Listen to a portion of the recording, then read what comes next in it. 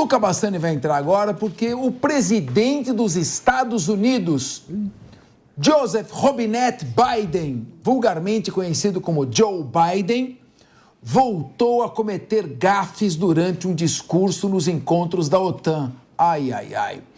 A situação está ficando constrangedora para o Partido Democrata e aumenta cada vez mais a pressão para Biden abrir mão da candidatura nas eleições. Vamos acionar o nosso correspondente internacional, Luca Bassani. Luca, isso é fundamental porque vai repercutir diretamente no Brasil. Qual foi a última confusão do Biden que está repercutindo? Boa tarde a você, Capês, aos nossos debatedores, quem acompanha a linha de frente. Não foi apenas uma gafe, mas duas gafes em um intervalo de tempo muito curto. Nós tivemos ontem o encerramento da cúpula da OTAN, aqui, já que completa 75 anos, a organização do Tratado do Atlântico Norte, e Joe Biden, ao apresentar Volodymyr Zelensky, que estava lá em caráter de convidado, o chamou de presidente Putin. Nós separamos o trecho da fala do presidente americano, vamos acompanhar. Agora quero passar a palavra ao presidente da Ucrânia, que tem tanta coragem quanto determinação. Senhoras e senhores, presidente Putin. Presidente Putin, ele vai derrotar o presidente Putin, presidente Zelensky. Estou tão concentrado em derrotar Putin que temos que nos preocupar com isso de qualquer forma, senhor presidente. Nós vemos que o humor foi utilizado como uma técnica de retórica para tentar quebrar um pouco o gelo após esta grave gafe, se assim podemos considerar, já que chamar dos políticos do seu arquirrival, do seu arqui-inimigo no campo da geopolítica, da guerra, não soou muito bem, mas Zelensky também levou na brincadeira e logo em seguida o discurso foi finalizado. É importante mencionar sobre o conteúdo deste discurso, além da gafe. Foi anunciado que a Ucrânia terá mais ou menos 40 bilhões de dólares em ajuda financeira e militar entre agora, no meio de 2024 até o começo de 2025, principalmente em novas baterias dos sistemas de defesa antiaérea Patriot, que são, então, de fabricação americana e servem para proteger as cidades ucranianas. Lembrando que no começo dessa semana, um hospital pediátrico em Kiev foi atingido pelos russos e que causou também grande mortandade em toda essa cidade. Ao mesmo tempo, mais tarde, em outro discurso, Biden chamou a sua vice-presidente Kamala Harris de vice-presidente Trump. Uma outra confusão que não passou batido. Nós separamos o trecho também, vamos acompanhar. Olha, eu não teria escolhido a vice-presidente Trump para ser vice se ela não fosse qualificada para ser presidente. Então vamos começar por aí. Número 1, o fato é que a consideração é que sou a pessoa mais qualificada para concorrer à presidência. Eu venci ele antes e vou vencê-lo novamente. And I will beat him again. Nós vemos que durante os anos anteriores, inclusive neste ano de 2024, Capês, Biden se confundiu em relação a nomes de países, trocando a Alemanha por França, Macron por Mitterrand, o antigo presidente socialista da França que morreu no final da década de 90, mas desta vez na cúpula da OTAN, essas gafes foram as mais escrutinadas, se assim podemos dizer, porque passa, de fato, o presidente norte-americano por um momento de grande pressão interna do seu próprio partido, sejam senadores, sejam deputados, para que ele abra a mão da campanha e deixe o caminho livre para outro nome, que de fato também não é consenso dentre os democratas. Aquilo que a gente vê que as pesquisas que acontecem nos Estados Unidos, principalmente em 5 estados-chave, seja Michigan, seja Wisconsin, Pensilvânia, Nevada e Arizona, dão Donald Trump na frente de todos eles, esses que são os swing states, né, os estados que são cruciais para a vitória no colégio eleitoral e, portanto, muitos acreditam que a continuação de Biden significará a derrota eleitoral dos democratas na eleição no começo de novembro. Agora, ô Luca Bassani, qual a realidade, a probabilidade efetiva de que Biden consiga resistir à pressão do Partido Democrata? Porque agora o mundo inteiro está de olho nele. Cada gafe que poderia passar despercebida vai ser aumentada, elevada à 15ª potência pelos republicanos.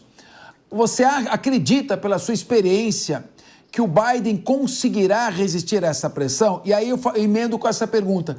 Será que tem gente disposta a fazer mais colaborações financeiras por uma campanha de um candidato que cada vez afunda mais?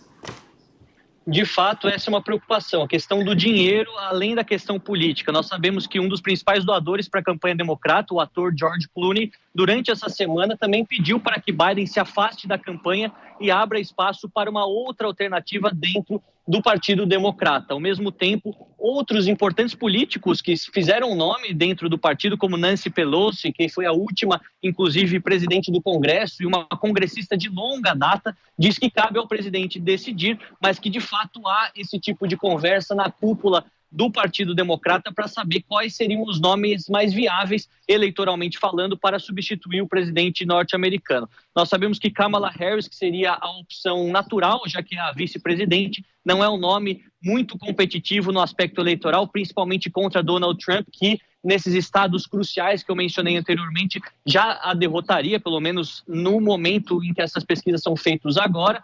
E outros nomes, como Gretchen Whitmer, essa que é governadora do estado de Michigan, são um pouco melhores cotados, até mesmo governador Shapiro da Pensilvânia ou governador Newsom da Califórnia. Mas o nome que mais anima os eleitores seria de Michelle Obama, a antiga primeira-ministra, né, mulher do presidente Barack Obama, e que de fato está longe da política. É um nome sempre citado porque acreditam que ela faria um bom governo, tem muito carisma, mas não é uma candidata de fato. O problema é que há pouco tempo até a cúpula do Partido Democrata acontecer em agosto e não há indícios que de fato vão encontrar um nome em tão pouco tempo, convergir em apenas um nome. Quando nós falamos do aspecto político, nas primárias o Partido Democrata teve como vencedor Joseph Robinette Biden Jr., que é de fato aquele que quer concorrer. Mas quando começa a apertar no bolso, quando aqueles maiores patrocinadores das campanhas começam a tirar um pouco o seu time de campo e dizer que está na hora de pensar em uma alternativa, provavelmente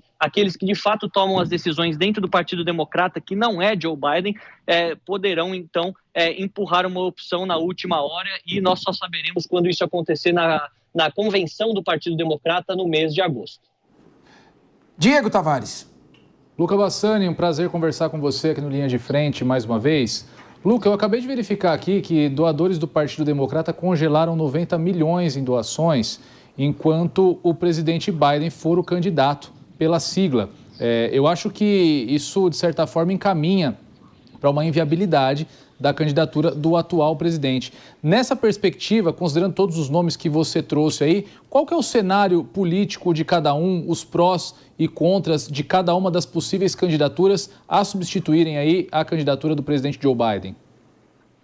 Olha, Diego, também sempre um prazer reencontrá-lo aqui. Nós sabemos que no Brasil as campanhas eleitorais também têm muito dinheiro fluindo para os principais partidos. Nos Estados Unidos, com essa questão do binarismo político norte-americano entre republicanos e democratas, há também muito dinheiro por trás, principalmente de empresas, sejam as farmacêuticas, sejam as grandes produtoras do entretenimento, seja um complexo industrial que produz armamentos nos Estados Unidos, e também doadores autônomos. Aquilo que nós observamos é que esse congelamento preocupa o Partido Democrata. Afinal, realizar uma campanha eleitoral nos Estados Unidos, um país com 50 estados, na era da digitalização, onde eles precisam sempre estar nas televisões, estar nas redes sociais, pagando muito dinheiro para as plataformas passarem adiante esse conteúdo, essa questão financeira vai acabar sendo também um fator preponderante para que o partido tome uma decisão. Aquilo que vemos é que Biden tenta sempre desviar desse assunto,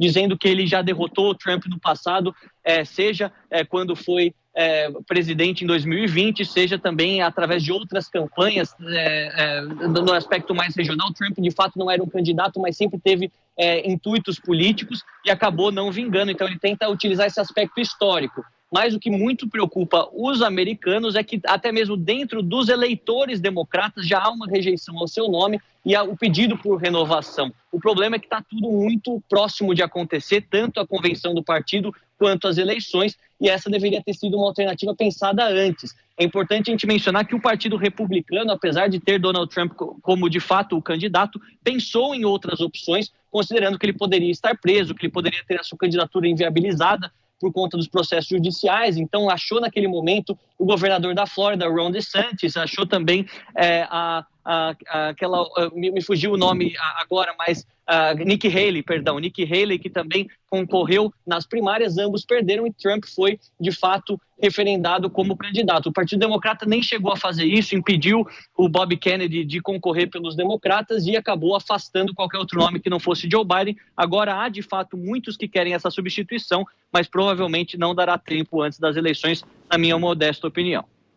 Bom, para fechar esse bloco Estados Unidos, que tem França, eu quero perguntar da França, porque a esquerda tomou um pau nessa eleição e está falando que ganhou. Mas a Mônica Rosenberg ainda falando dos Estados Unidos. Eu tenho uma pergunta muito prática, Luca, muito bom conversar com você.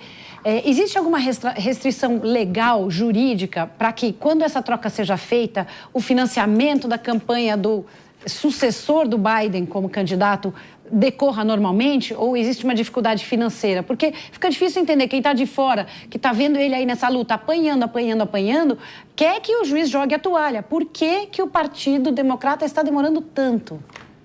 Essa é uma questão extremamente importante. Você levanta um ponto que deve também ser analisado pela cúpula do Partido Democrata, porque há as doações que são feitas ao Partido Democrata em si e, sendo do partido, eles podem utilizar o dinheiro como bem quiserem, seja na questão da eleição de congressistas, de senadores, de governadores ou até mesmo dos candidatos a presidente. Ao mesmo tempo, aqueles que doam diretamente para a chapa presidencial, que nesse momento é a chapa Biden-Harris, Joe Biden, Kamala Harris.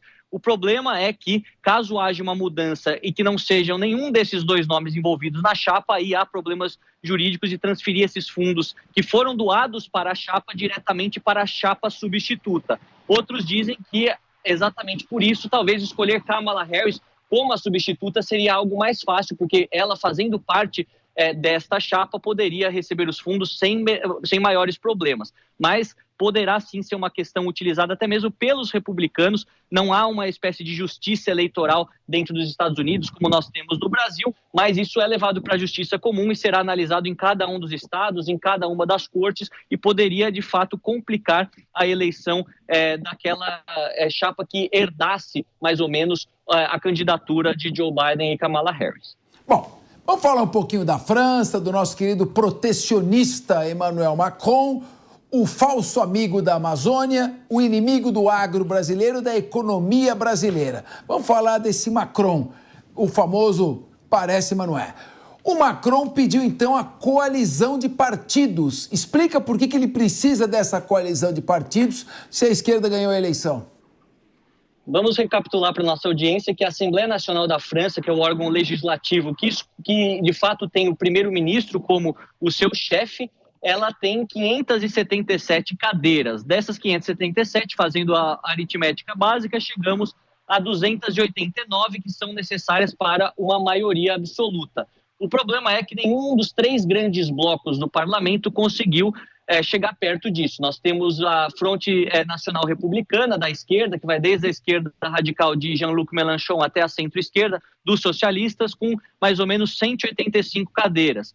O partido de Macron na faixa das 165 cadeiras, e aí nós temos a direita, a ultradireita, chamada por muitos de Marine Le Pen, Rassemblement National, chegando na faixa das 142 cadeiras. E vemos que nenhum deles está nem perto. Faltam para o primeiro partido, falta pelo menos 100 cadeiras para conseguir a maioria. Então Macron diz que ninguém venceu as eleições legislativas, o que é uma obviedade se considerarmos que estão tão distantes dessa maioria absoluta, e pede uma coalizão. O problema é montar essa coalizão. Eu expliquei no começo dessa semana para a nossa audiência, mas vale ressaltar que dentro da Fronte Nacional Republicana, esse grupo de esquerdas, há 4 partidos, 2 mais radicais e 2 mais moderados, e que na visão da política externa e até mesmo em alguns aspectos econômicos tem dissonâncias, o que poderia ser favorável a Emmanuel Macron, que pegaria esses 2 partidos mais moderados e tentaria os atrair para a sua fronte centrista e conseguir, então, uma maioria para escolher o primeiro-ministro.